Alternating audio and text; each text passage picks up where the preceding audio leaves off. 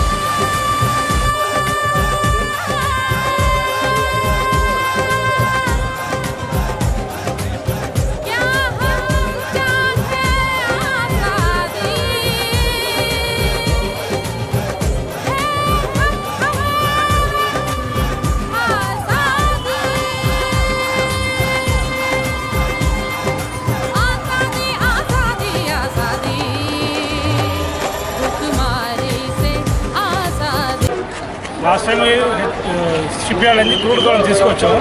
ఇది వేకాలం అంటారు. ఇది కూడా సేమ్ క్రూడ్ యూనిట్కి. ఇదేమో నేను వెడల్పు లాస్ట్ టైం కూడా almost double. Last time 6.8 metres, ఇదేమో 12 మీటర్స్ డయా. లెంత్ ఏమో హైట్ ఏమో 63 మీటర్స్. వెయిట్ అబౌట్ 1000 టన్స్ అనమాట దీని వెయిట్. ఇది కూడా ఎల్ఎన్టీ హైదరాబాద్ నుంచి వచ్చింది, గుజరాత్ నుంచి వచ్చింది. షిప్ యార్డ్ అన్లోడ్ చేసాం బాజీ నుంచి 14th 15th ఇప్పుడు మూవ్ చేస్తున్నాం.